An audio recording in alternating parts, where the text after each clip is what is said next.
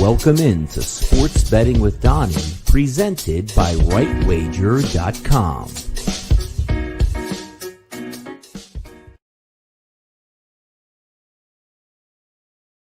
Good morning, everybody out there. It is a Friday, August 28th, 2020. And you know what the really interesting part of this day is? Next week is September.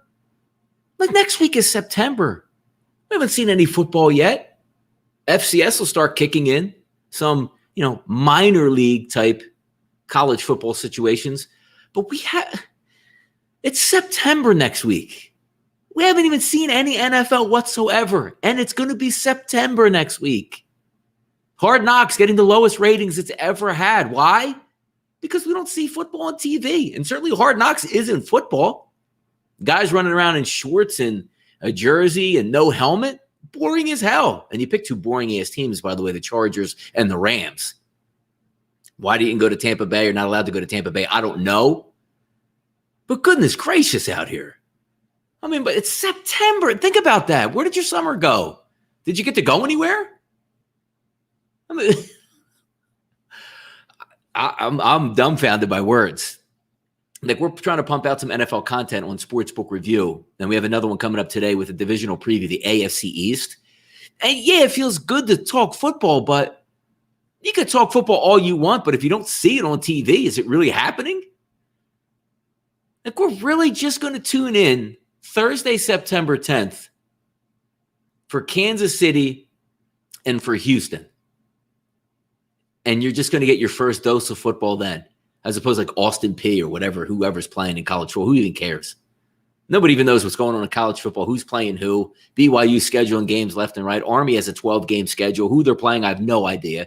Are games just going to pop up each week? When you played high school football, JV team, freshman team, out of nowhere, you just like, oh, by the way, we so-and-so's not playing, so we're just going to play this different team on Monday. You just fill in the blanks. It seems like that's what's going to happen in college football. Now, again, once the ACC gets rolling and the SEC gets rolling, the Big 12 gets rolling, we'll be able to enjoy some college football, no fans, or at least just say limited capacity fans in most of these places. But the NFL is supposed to be ramped up, ready to go. Usually I'm frothing at the mouth. I can remember and I always like to say my past life, whether it would be the, being in the finance business, owning some food outlets.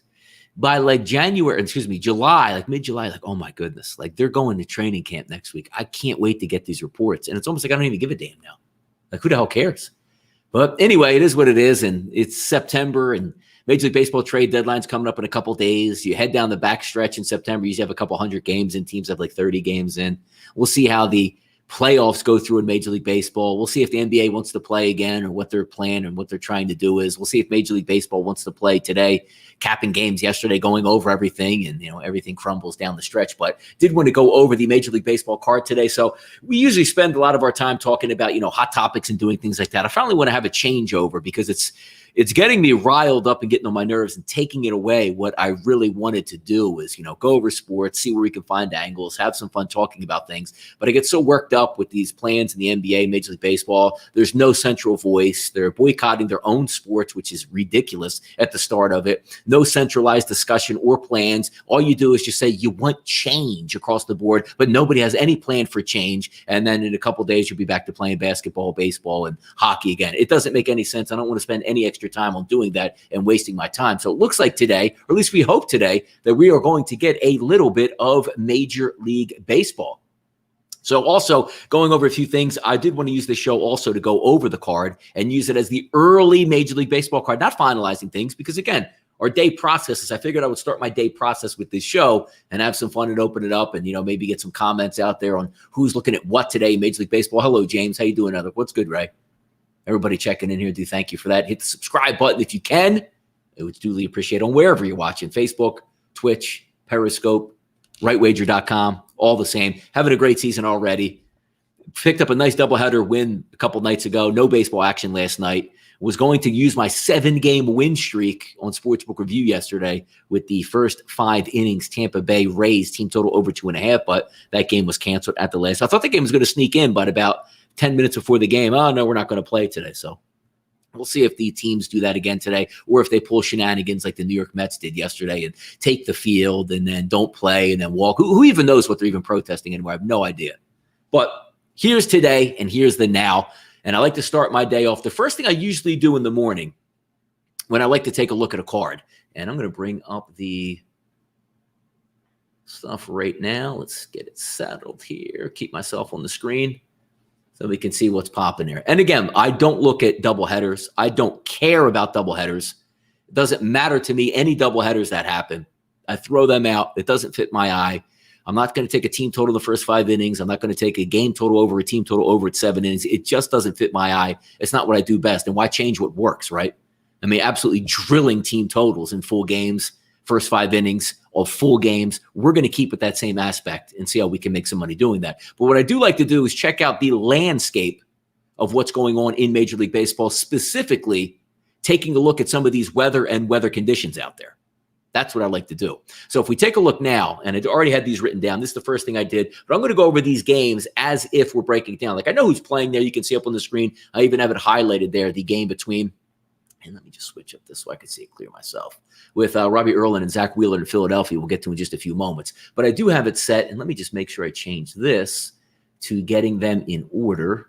And that's not the game I wanted there. We'll switch this down here in just a second. And again, even Baltimore-Toronto, I don't think that's a doubleheader, but it doesn't have any official pitching matchup. So there's no, lease on actually going over and seeing exactly what that game is actually going to have.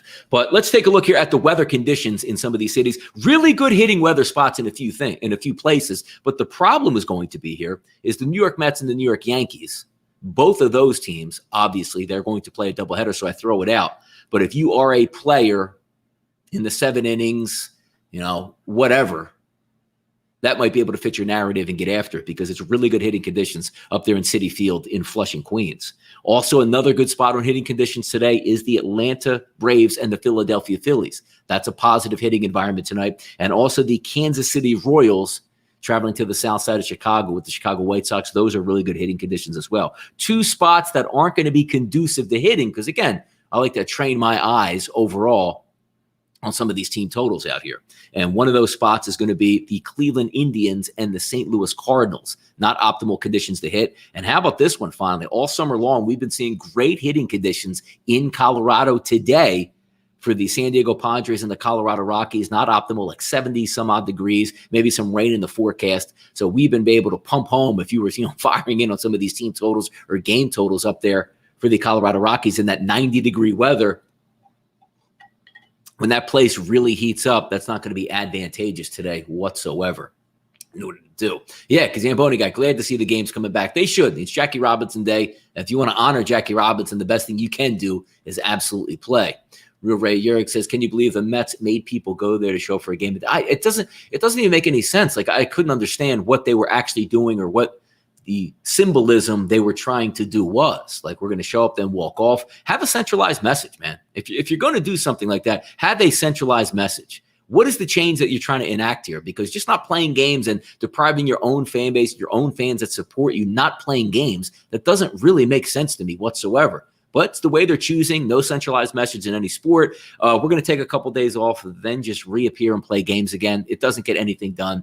Change matters, and if you want change, have a mission that you're not going to play until X change happens. But taking a day off or 2 days off and having these, stances on the field do absolutely nothing to support your cause whatsoever. Cool hashtags, cool shirts, cool jerseys, cool slogans. They don't do anything. Have a message of what you actually want to change and follow through, and don't play until these things are followed through.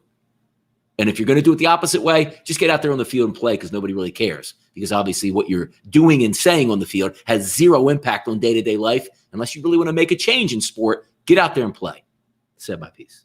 Now let's get back to betting some of these games. And I'm going to leave this stuff on the monitor right here just so you can see the overall of what some of the odds are looking at and what my screen looks like there. But on my monitors in front of my face, I'm going to go over and we're going to pick on some of these games directly. So just have them highlighted up there so you can see. I'll just leave myself up here as a vision just to give some visual to actually look at so you're not just staring into a blank screen and nothing's going on up here. If we take a look today, Atlanta and Philadelphia, Erlin and Wheeler, that's 9:05, 9:06. That's going to get started at 7 o'clock. And as I said before, you have some pretty good hitting conditions in the city of Philadelphia. It's hot here. It's muggy here. Might get some rain, but we all do know that ballpark down in South Philadelphia, Citizens Bank Park, very conducive to hitting. The Braves getting some of their big guys back. The Philadelphia Phillies hot on offense, took a day off. Robbie Erlin should be hittable, but if we take a look at some of the numbers, and I do like to share the information that I do have when I go over and break down some of these games. The websites, to be honest with you, and if you want to be a better gambler, it's what you feel comfortable with. So I love to look at Fangraphs, one of my single favorite websites. It's a free website, but I do pay it. There's a yearly subscription, like $50, which takes the ads off there. But I like to support really good websites that do a great job, fit my eye. And it took a while for me to adjust to Fangraphs because there's so much information on everything. It's almost information overload. But find out what you like. And just to take a look at the pitching matchups, and each pitcher, you can see home and away if you want to look at that, weighted on base average, righties and lefties, or just take the overall, ERA, FIP, XFIP, and also Sierra is what I like to look at. And also, since usually we're in August, it's, most pitchers are already qualified. They have 50, 100 innings. They're going for 200 innings on the season. But for the most part now, when I'm taking a look at the pitchers today, the leader in pitching or innings is Sonny Gray at 41 and 2/3 innings. So I like to at least put a cutoff of around 10 innings. If you had like 5 or 6 innings so far, it really doesn't give you a picture. Even 10 innings doesn't give a picture, but it cuts off a lot of the things that you like to look. Because if you just set it at 20 innings, you're only looking at about half the pitchers. So that's where I like to put the cutoff on there and sort of work off of those numbers. And also, I'm a big guy with XFIP, and I'm a big guy with Sierra. If you're just listening for the first time or saying, you know what, I'm really not sure what those actually are. When you take a look at the old school ERA, right? It's just earned run average. It doesn't give you a sense. It's, if the fielders didn't make an error, he gave up a couple base hits and a run scored, the ERA would determine that, earned runs against. But now you have these terms like FIP, fielding independent of pitching, which is a nice look because it actually says, all right, do you strike out? Do you walk guys as a pitcher? It's the underlying value of a pitcher and how many balls actually left the yard. The XFIP tries to get into the FIP, which I know it sounds like a lot of words in alphabet here, but what that's trying to do is extrapolate and see how this pitcher is actually doing based on fly balls, not just balls leaving the yard, but actual fly balls. And then you take it up another level with the Sierra, which is the skill interactive ERA. That's going to take a look and say, all right, where are these balls hitting? Are they on the ground? Are they in the air? But also take a look at the defense that's played. So you're getting like a look at the ERA. Take another step up, which is the FIP. Another step up on top of that is the XFIP. And then you take another step up on that, and that's the Sierra number, which gives you the overall look at actually how the pitcher is doing overall, as opposed to just, is he letting up runs? Is he not letting up runs? And is his defense making error? It's always really good to get into some of these. And look, sometimes when you first get in, you don't really understand those numbers, but play around with them because, strikeout percentage in the first 9 innings, how many guys does the batter walk? That all makes sense. Ground ball percentage, big too. If you're a team total guy and you see a pitcher on the mound, hey, he's only getting 25% of his, hits on the ground. That means 75%. Obviously line drives are factored in, but if those balls aren't going on the ground, they're staying in the air. That's a good chance that in this launch angle age, those can actually fly out. B Rich, what's good? Yeah, I hear you out there, boys. I do. I hear you out there. Let me just get this down, get this right back up here. There we go. But anyway, that's just a little bit of what I do look at in those percentages. So if we take a look today and we start with the Philadelphia Phillies game, right? First thing I like to do is take an overlook. And I have a couple websites, again, that I do subscribe to that fit my eye. I really like to use roto grinders. I'm not a fantasy guy whatsoever. What does it cost? About maybe $40 a month. I won't put it up on the screen, but it's on my monitors here. But it fits my eye and narrative of the actual hitting perspective and the profile that I get from these hitters. Weighted on base average is a nice breakdown, how they do against righties, lefties, overall as a mix, and also does the same thing at pitchers. It'll give you the pitchers XFIP, ground ball rate, K rate, which fits your eye, how they do versus righties and lefties in a real easy box to break down, which I like to view. So when you take some of these websites together and say, all right, well, I take a fantasy website because I just want to see how these pitchers match up against individual pitchers, lefty, righty. I don't really care what they did against the singular pitcher in the past. I know some people like to look at that. Well, boy, they really hit Boyd last year. I don't care about that. My only vision, once we get about 3 to 4 weeks into the season, what have you done this year? I don't care if Albert Pujols absolutely torched this pitcher in 2016. It doesn't matter to me in 2020. It really doesn't. So when we take a look here, let's slide it down. And we'll take a look at the Phillies game overall here. And first, we will start with Zach Wheeler and the Philadelphia Phillies. So if we take a look and see how many innings do we have out of Zach Wheeler. And the good looks, it's not like I have a little bit more of a polished show in the afternoon on SBR because I've already seen these games, did this look down, but I like this early look in Major League Baseball where I can read along with you guys and see exactly what's taking place here. All right, there you go, B Rich, Cubs money line. You like? All right, Oakland. Hey, this is what it is out there, man. I love the opinions coming in. But this is what my, mind works through in the morning. So if we take a look at Zach Wheeler here, let's take a look at some of the underlying value for him. And let me see if we have this matched up. It doesn't look like it even has Zach on this one. I know I have him lined up on another one here. And again, some of these pitchers are finally getting finalized today. Who's in, who's out. Zach Wheeler, Philadelphia Phillies. All right, K percentage, 15.8% of the batters that he does face. You would like to see that a little bit more elevated here. XFIP is decent, hovering in that 3.6, 3.7 range. So he's keeping the ball in the ballpark. But if we take a look at his weighted on base average to lefties and righties, he's done really well, 262 and 299 between lefties and righties. So we'd figure that would be possibly a plus matchup. But his SIERA is a little bit elevated. You want to keep that 420 or below, and he's a little bit high at 4.35. So if we take a look at his ERA, which is really good at 2.76, but that continues to grow. His xFIP 3.46, his FIP is 3.46, his xFIP a little bit higher at 3.92. And then his SIERA number is actually a 4.35. So that underlying number of ERA might not be telling that entire story. Now, if we take a look and slide up, let's go to Robbie Erlin on the season. Let me see if we have his pitching numbers in here a little bit earlier. Let's see, Robbie Erlin. Doesn't look like I got to refresh this on Fangraphs on this one view I'm looking at because it's certainly not giving me actually what I need here. Spencer. So it's like Spencer Howard coming up here. I don't know. We'll get off that one. I have a much better look at another screen, but I did want to go over see how many innings they were pitching, but it doesn't have it. But Robbie Erlin on the scene, almost 11 strikeouts per 9 innings, which is pretty surprising. But here's another interesting underlying factor. For every 9 innings that he's pitching this year, 2.57 home runs. So for every start, if you went 9 innings, giving up 2.5 home runs, which is a big part here. If we take a look at his ERA, it's a 5.14, FIP 5.51, which is extremely elevated. His xFIP is a 5.27, but how about his skill interactive ERA? It's only a 3.98. So it sounds like he's getting a little bit unlucky with that ERA and xFIP. If you turn it over to SIERA, it's a 3.98 as we go over. And let's take a look at the Philadelphia bats as how they match up to Erlin. Lefties are getting to him. He's a left-handed pitcher, and if you remember him from the San Diego Padres, he's a nice guy to fade, certainly to do with that. But if you take a look at Erlin now, he's getting hit a little bit this year to lefties, a 442 weighted on base average, a 438 ISO from the left side. From the right side, he's got an elevated ISO with right-handed batters of a 237, but he's doing the job with a weighted on base average to righties at a 2.86. You figure lefty pitcher would get damaged by right-handed bats. But if we take a look at a lineup for the Philadelphia Phillies today, looks pretty good when they match up. I mean, Harper's going to be a lefty. Didi Gregorius is going to be a lefty, but they're going to throw a lot of right-handed batters and a lot of really good right-handed batters at Robbie Erlin.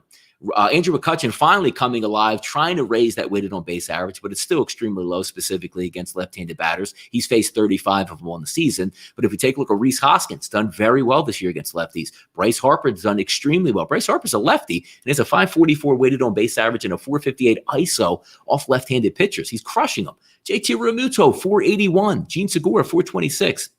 Phil Gosselin expected to be in the lineup tonight, a 5'11". So that 2 through 6 really is expected to do some damage in the Philadelphia Phillies lineup tonight. If we flip it over to Atlanta, and we already went over some of the numbers here, taking a look at what the posing Zach Wheeler gives, he's got to get a little bit better because they're coming for him tonight. Ronald Acuna expected back in the lineup tonight, 351 ISO, 438 weighted on base average versus righties. Swanson, 392 weighted on base average. Freeman, 454. Ozuna, 364. Travis d'Arnaud, 467.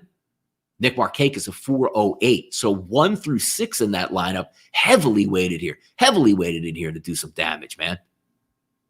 So if we take a look at that early environment, you think the Philadelphia Phillies should be able to hit. You think the Atlanta Braves should be able to hit in this game, and a good hitting environment.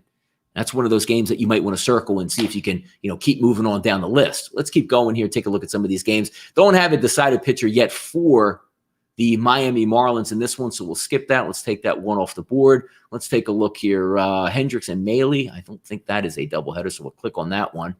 Bring that up. So we'll go Hendricks and Maile, and that is the Chicago Cubs and the Cincinnati Reds. Was able to put out a winner 2 nights ago on the Cubs with some ninth inning magic. Cubs lost the game. Did the Cubs lose? Yeah, Cubs lost the game, but it didn't matter versus the Tigers.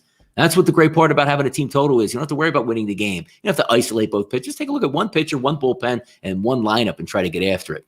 Mailey on the season here. Let's see if we can pull up some numbers here from Fangraphs. Where we got Mailey? Let's see here. There we go. Tyler Mailey. Let's see. 26% K, 29% K percentage overall. He's really doing well. Base on balls, 11%, a little bit elevated. But here's also another key statistic here that I like to look at. Ground ball percentage this year from Mailey, 17.9%. That means a lot of, look at that, 53% of the hitters that make contact and put it in play, that ball's up in the air. 28% line drive. So getting some hard content, 46% of the batters that face Tyler Mailey, hard contact. That's almost every other swing that makes contact is hard contact. That's impressive. Soft contact percentage, that's what you want to look at for a pitcher of how devastating his curveball slider is, or you can't touch his movement on his fastball. Only 14% for Tyler Mailey. That doesn't set up too well. So if we take a look here in this matchup, he's a righty. He's actually doing a really good job this year against lefties. 230 weighted on base percentage. Looks like an ISO of 0.061. So if you're a left-handed batter, which the Cubs are going to throw a lot at tonight. Look at the lineup for the Cubs tonight. Happ's a lefty, Rizzo's a lefty, Schwarber, Hayward, Caratini, and Kipnis, all lefties. But you would feel and say, hey, you know what? That's the way you're supposed to match up with a right-handed pitcher. But it's not the case of what he's actually giving up, because right-handers that have had 32 at-bats versus Tyler Mailey this year, 417 weighted on base average and a 259 ISO. Righties are rocking him. So if we take a look at Javi Baez, Wilson Contreras, and David Bote, those are the guys that you want to centralize around. So usually I would like to, what's good, brother? How you doing out there? But usually I would take a look and say, I like the way this lineup sits because the weighted on base averages really check out. Hap's been sensational against righties, a 442. Rizzo, 357. Schwarber, 357. Contreras, 347. Even Kipnis, 46 at-bats versus right-handed pitching this year, a 415 weighted on base average. But when you look at some of these dynamics to try to line them up on a team total, you would want that flipped, right? You would want Mailey struggling against lefties and a left-handed lineup for the Cubs. Not to say it can't work out, because versus right-handed pitches, the Cubs are doing a very good job. It's just a matter if the numbers are going to stay true that says, hey, left-handed pitchers here, this is what it is. Zamboni guy, what do we got? Hendricks has been rocked by Cincy lately. Yeah, I mean, look, if that's what you feel comfortable with, look at stuff like that, where if they have a nice, hey, we face this guy a lot and we rock him, I sort of take that out of the equation and just try to get into it today. Because in the afternoon, when some of these numbers settle in, you get the final numbers on the pitchers, I like to get that underlying value, how they performed at home, how they performed on the road. But in the morning, I just want the generalized view that says, this is a game I might want to circle. So we went over the first game. I'm going to take an extra look at that Atlanta-Philadelphia game. No questions asked. I need to see a little bit more, but I like what I see and how that matches up. Taking a look at the Cubs, I like what I see from the Cubs offense here, but I just needed to match up a little bit better with Mailey. Now we flip it over to the other side. Hendricks, 366 xFIP on the season. Doesn't walk very many guys. Strikeout percentage below 20%, but he has a 50% ground ball rate. So if that ball's on the ground, chance for double. Now look, it is a true moniker that if you're keeping the ball on the ground, there actually is a better chance that you can get a base hit as opposed to a fly ball. But ground balls don't lead to power typically. You don't get many. I mean, you could double down the line, obviously, through the first baseman or the third baseman. But normally if a ball is hit on the ground, it's going to go to an outfielder. He could pick it up. It's not going to be a home run. So, yes, you can get base hits, and it's good to do that. But ground balls also can induce double plays as well. Hendricks has some pretty good numbers. Righties, he's got about an average, weighted on base average of 340. But to lefties, that's a 195. So he's really doing his job. Votto, Castellanos, Winker, Suarez, Moustakas, Akiyama, Galvis, Payton, and Barnhart expected to be in the lineup. So obviously we know Hendricks is a righty. So what do we got? Votto's a lefty, Winker's a lefty, Moustakas lefty, Akiyama lefty, Galvis lefty, Payton, and Barnhart. That's 7 out of 9 batters that are going to match up from the left-hand side in the spot. So that could play into it. Let's take a look at some of his underlying values. So give me a Sierra on Hendricks this year. We believe he's probably pretty far up there. Let's say 355 ERA, 379 xFIP. And a 408 Sierra. So it's not a bad pitching matchup here between both of these guys, but it's just going to be factoring in, do you trust the Chicago Cubs bats here? Because their numbers are elevated ISO, elevated weighted on base average. You can touch Tyler Mailey up from the right-hand side, but how is that going to actually play out in that spot? So let's keep moving down here and keep elevating. I have fun. I like this. I like going over a little bit of morning coffee here. Scherzer with Boston. I don't have an official pitching matchup in that game. There's the second half of the doubleheader with the Yankees. Why don't we go down here and take a look at May and Minor in this game? So we'll highlight that one towards the bottom of the screen. Make sure I remember to roll that up when I get back. So let's go ahead and take a look at this Dodgers matchup that we have. Okay. And this is where it comes in different, because what does this actually have up here? It's got May and Minor. It's not a doubleheader here. This says May and Minor, but I'm getting Lyles listed here. See, this is the tough part about all these games being canceled and what you don't have official. So let me just see. Lyles, do I have him also listed here as well? Let's see here. Lyles, I don't actually have him on the list. Rangers, I got Mike Minor listed on this one starting graph. But on the one I'm viewing now has Lyles. So we'll just go, I don't know. We'll go with, I guess we'll go Minor in this one here. Keep it the same. It's really ridiculous how that's actually coming up like that. This is what's hard about all these doubleheaders. You don't know who's playing. They didn't even have, odds out for the longest time on Major League Baseball this morning, just trying to determine if they're going to play or they're not going to play in this game. But if we take a look, and the starter is Mike Myers, which is what Fangraphs has, but my Roto Grinders is still keeping Lyles on the board for an 8 o'clock start between the Dodgers and the Texas Rangers. If we look at some of the peripherals here, Mike Minor, all full ERA, 6.75. How about this number? Now, this is impressive. 6.75 drops down to a FIP of 5.30, drops down to an XFIP of 4.66. So there's a run differential out there of 1.45, depending on his ERA, matching up with his FIP. His XFIP is 466, and then his Sierra is not nearly as bad at 447. Now, anything over 420 isn't really that good in Major League Baseball. If you're approaching fives, that's the definition of a tomato can and what you should go up against. But I don't have the hitting statistics. Actually, you know what? I can change this. Let's do it. Give me 1 second here, boys. So we'll go with Mike Minor, and we'll put Minor on the hill. Ground ball percentage, 37%. Fly ball percentage, 40%. Hard hit percentage, 47%. So he does tend to get tagged. But also, again, Mike Minor is a lefty, and he is struggling with right-handed hitters. 96 batters he's faced from the right side, a 359 weighted on base average, and an ISO of 244. Now, if we take a look coming in, we know what these bats can do for the Dodgers, right? Not really in a great hitting environment down there in Texas, since they keep the roof closed. Used to be one of my absolute favorite hitting environments at the old Globe Life, because it was 95 degrees every single day and hot and humid. But if we take a look at how these batters match up against lefties, look at this. Betts, 245 weighted on base average versus lefties. Seager, 250. Turner, 305. Bellinger, 318. Pollock is actually annihilating left-handed pitching, and he's at a 417 weighted on base average. Muncy is low at a 317. Taylor, low, 258. Peterson, embarrassing at 145. And Barnes, who's at 16 at-bats, doesn't have any power, but he is getting on base against lefties at a 369. So if you're looking at numbers here and just anticipating a blowout, Mike Minor stinks, they're going to throw what lefties? Seager, Bellinger, Muncy, Peterson at Minor. The right-handed bats should be able to do damage, because teams are doing damage against Minor from the right-hand side. But let's look at the right-handed bats again for the Dodgers when they line up against Minor. 245 weighted on base average, stinks. Turner, 305, stinks. Pollock, as we said, raking. Taylor, stinks. Barnes, decent. I don't know, man. No, I see you, B. Rich. I mean, it's, because overall for the game itself, because I'm a team total guy specifically in baseball, if they don't score, hey, maybe they won't score. Let's flip it over and see what the Texas batters are doing here against May. Let me see what May is doing. How about this here? Okay. So May's, here we go. Now, here's why you like to look at the underlying factors. A 279 ERA for May, a 440 FIP, so it jumps up immediately. That's a minus 160 between just the ERA and the FIP. Take it to XFIP, it's a 428. And how about a Sierra 455, which is terrible? So theoretically, not even a great season. But then again, if you look at some of his numbers here versus lefties, ISO is low, 149. To right, he's been dominant against right-handed bats. 43 right-handed bats May has faced this year, a 231 weighted on base average, and an ISO of 0.095. That's really strong in handling your business. And then again, it gets back to the point with the Rangers offense and what you trust. Chu has been terrible against righties. Santana, really bad. Trevino, average. Gallo, average. Frazier, horrendous.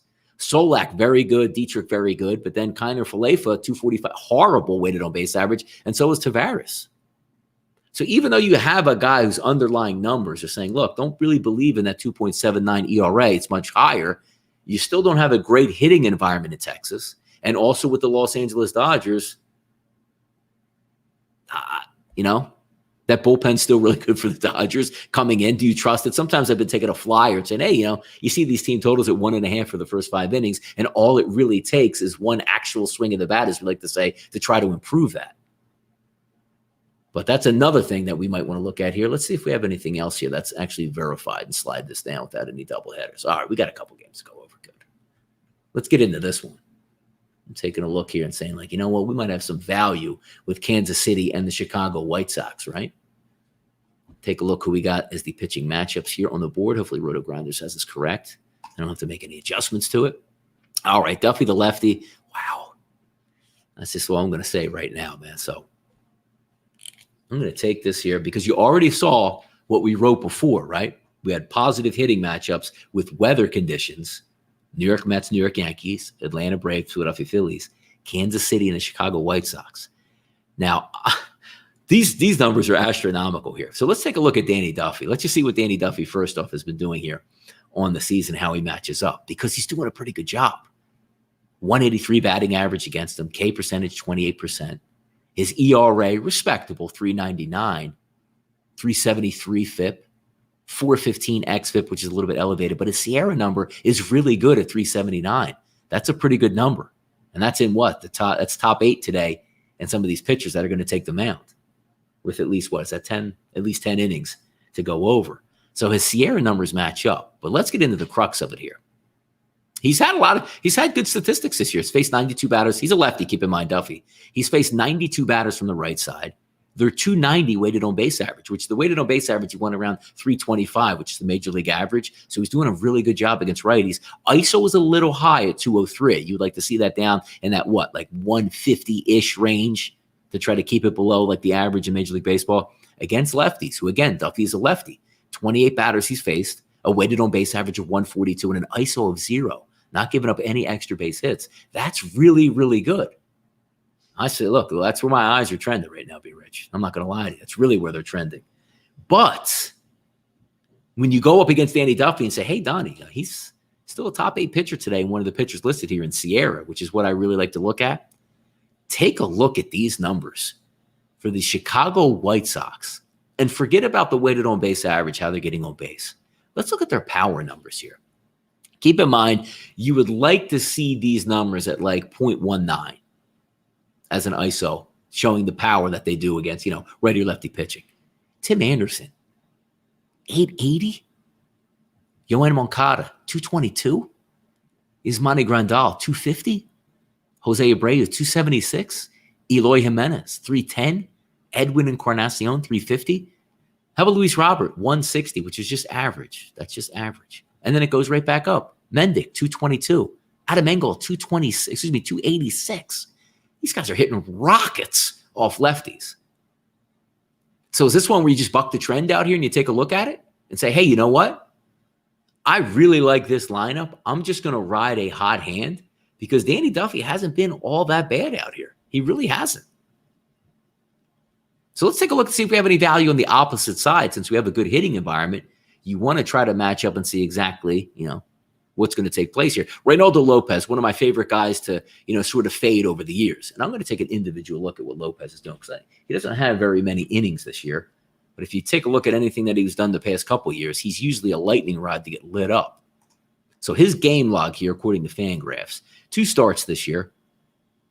First start was on the 26th of July, 2/3 of an inning, 4 earned runs. And then he played the Chicago Cubs, 3 1/3 innings. 2 earned runs also in that game. So if you combine his xFIPs from those 2 games, a 15.07 in his first start and a 6.37 in his second, he's not getting the job done. So when you look overall, this might be a decent spot for an actual over for the game. But let's take a look now how this lineup matches up in the preliminary lineup that the Kansas City Royals might put out tonight. Whit Merrifield, Hunter Dozier, Jorge Soler, Ryan O'Hearn, Miguel Franco, Michael Franco, I should say. Gordon, Mondesi, Lopez, Gallagher. Nice little mix here because when we're taking a look at the early numbers on the season, and again, he's only faced 22 batters is all that Ronaldo Lopez has faced this year. So you can't really go off a ton of it, but if you're looking at just some underlying value, maybe through 14 batters from the left-hand side, he's getting obliterated. A 484 weighted on base average and an ISO of 400. And then if you take a look from the right-hand side, which again, he's only faced 8 batters this year through those 2 starts and hasn't made it into or past the 4th inning. 242 weighted on base average to righties and an ISO of 143. But there's a big chunk of this lineup that doesn't really hit all that well, specifically against right-handed pitching. I'm talking about the Kansas City Royals. O'Hearn, the lefty, at 283 weighted on base average versus righties. Michael Franco at 281 weighted on base average versus righties. Alex Gordon at 257 weighted on base average. Mondesi 217. Lopez 259. You actually have an average batter in Hunter Dozier, but only 3+ bats in the lineup for me tonight versus right-handed pitching at 349, 367, and 442. Now let me slide over to 5 dimes here. Let's see what they got.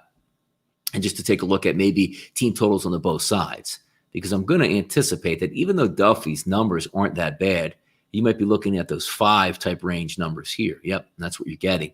Now, keep in mind also, I live in New Jersey, so I have a plethora of sports books that I can use, go back and forth, bounce between the two.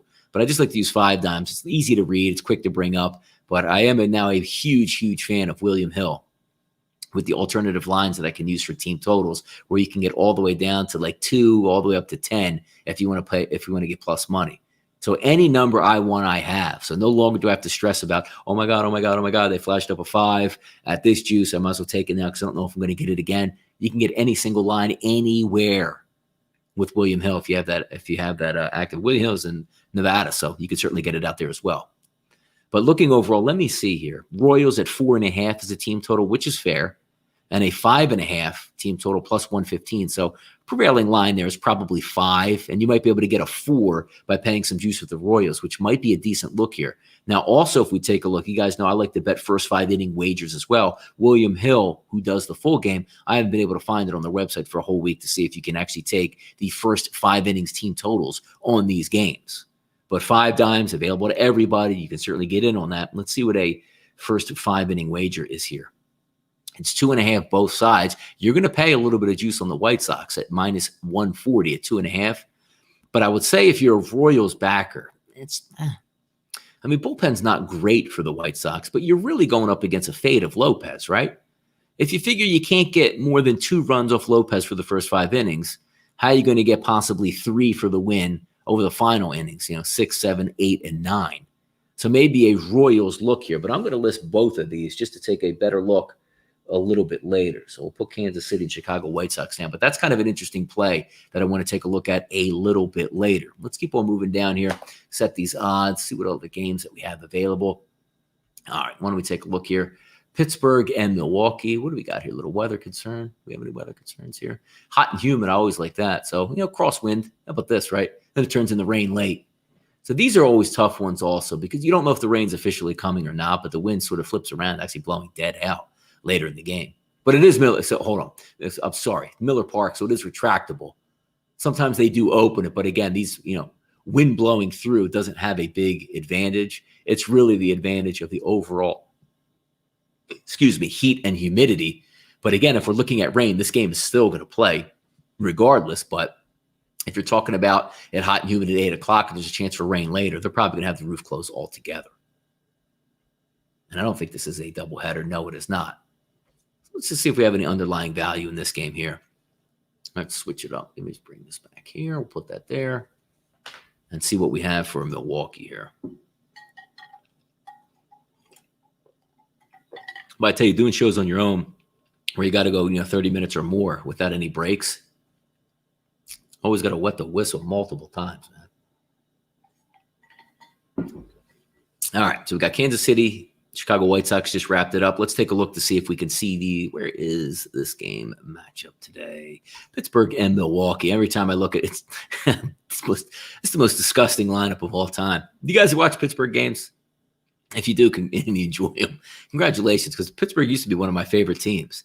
You had McCutchen, Polanco, Marte, Harrison. Who am I missing out to? So McCutchen, it's Starlin Marte, McCutchen, Polanco. I guess, Jay Hay. It's got to be somebody I'm missing in that lineup here. But a lot of fun to watch over the years. Extremely explosive on the base pads and had power at the plate. But they just fallen off because that's just a design of their ownership, though. But Corbin Burns be on the mound today, 4.5 xFIP. And also, let's say 33% strikeout rate. That's something that you can't certainly thumb your nose at because this isn't really early in the season technically for him. He's faced 109 batters, and he's done really well, weighted on base average with both righties and lefties and keeping their ISO numbers down. So let me take a look to see maybe his Sierra. If we take a look at Corbin Burns, 3.42 ERA, very good. FIP is 2.96, which is elite. 4.17 as an xFIP, but a Sierra's at a 4.02. So right around that average number. But his numbers, peripherals to me look pretty good. Hard contact, though, 50%. So if you can get your bat on the ball, since he's striking out 33% of the batters he's facing, there you go. Thank you, buddy. Thank you, Devin. Yes. Josh Bell. I love those teams, man. I love those teams. It's a shame what they did because Pittsburgh was fun baseball to watch, really fun, and it's always nice too when you had Garrett Cole on the mound as well.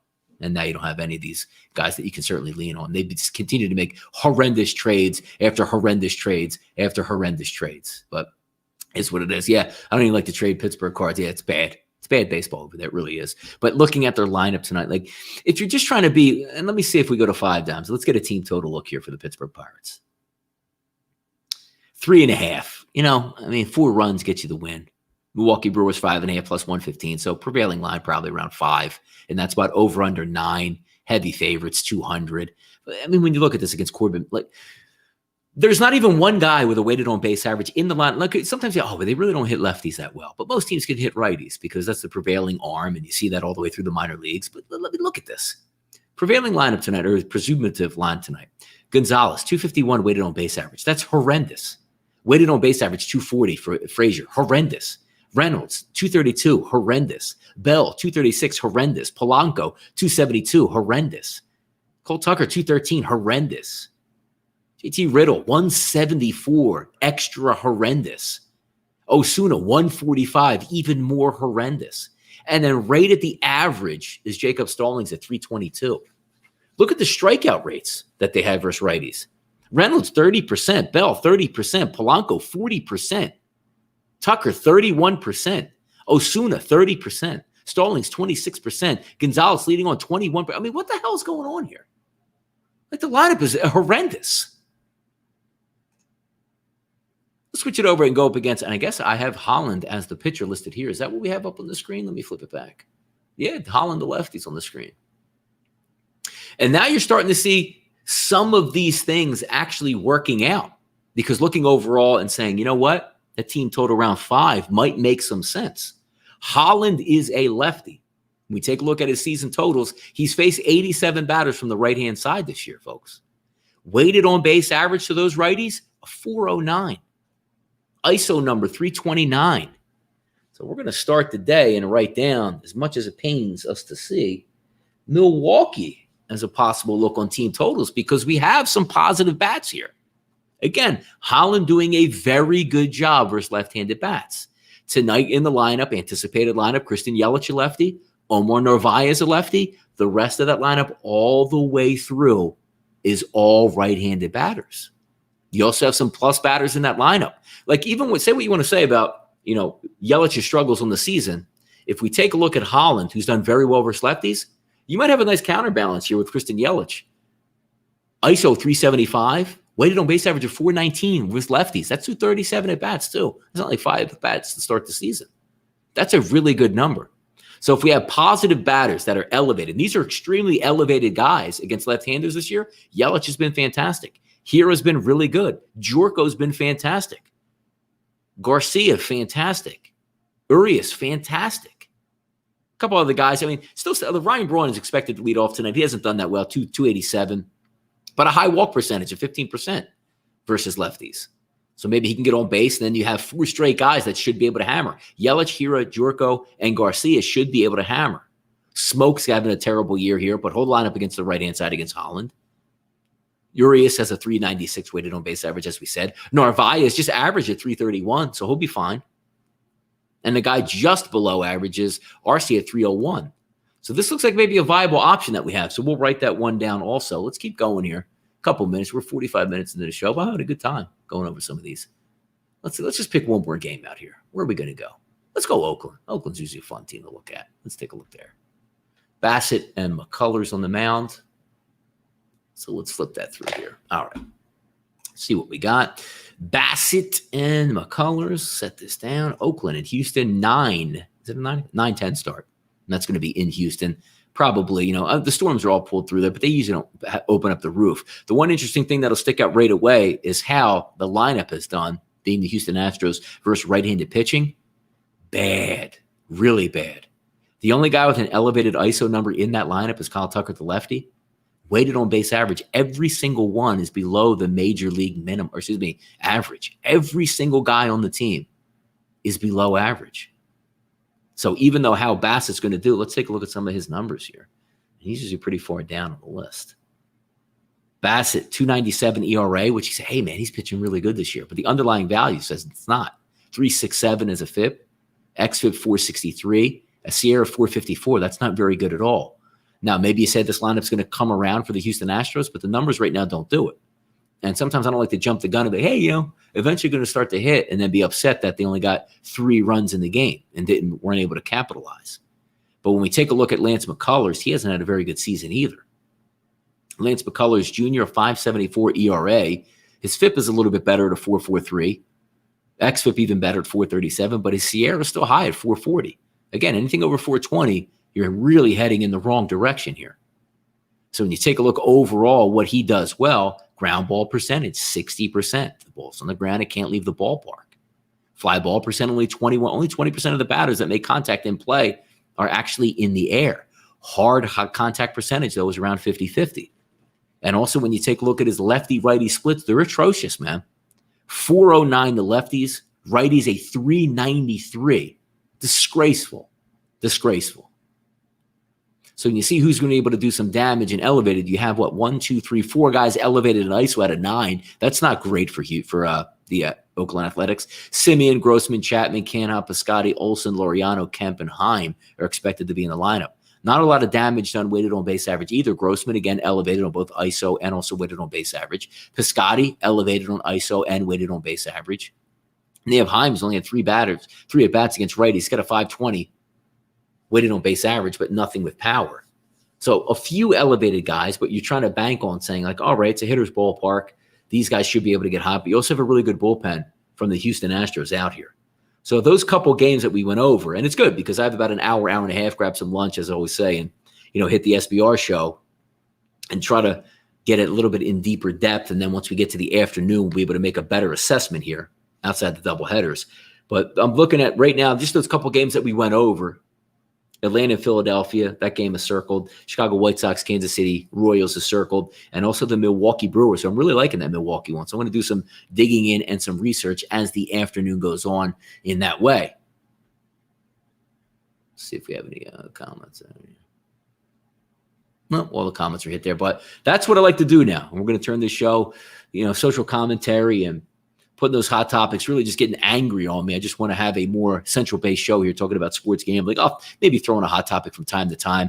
I'll continue to do my hot topics over. I'm going to save those for my Pub Sports Radio, hits where I don't waste it. I don't want to say waste it because I do like to talk about that stuff, but I just need to get back to sports gambling and a lot of these interests and really try to stay away and get through these elections, and maybe we'll just have a normal environment as we go along over the next 4 years or so. At least that's what we're hoping out here. But I like what I see, and I just want to come, we'll go Monday through Friday, maybe even do it tomorrow, even on Saturday or Sunday if I have some time. Just at an early opening look where nothing's finalized, just going over it. You see the numbers that I like to look at, and the questions that you guys have, be more than happy certainly to answer those. But it's fun. Had a good time. Thanks you guys for tuning in over the last 50 minutes.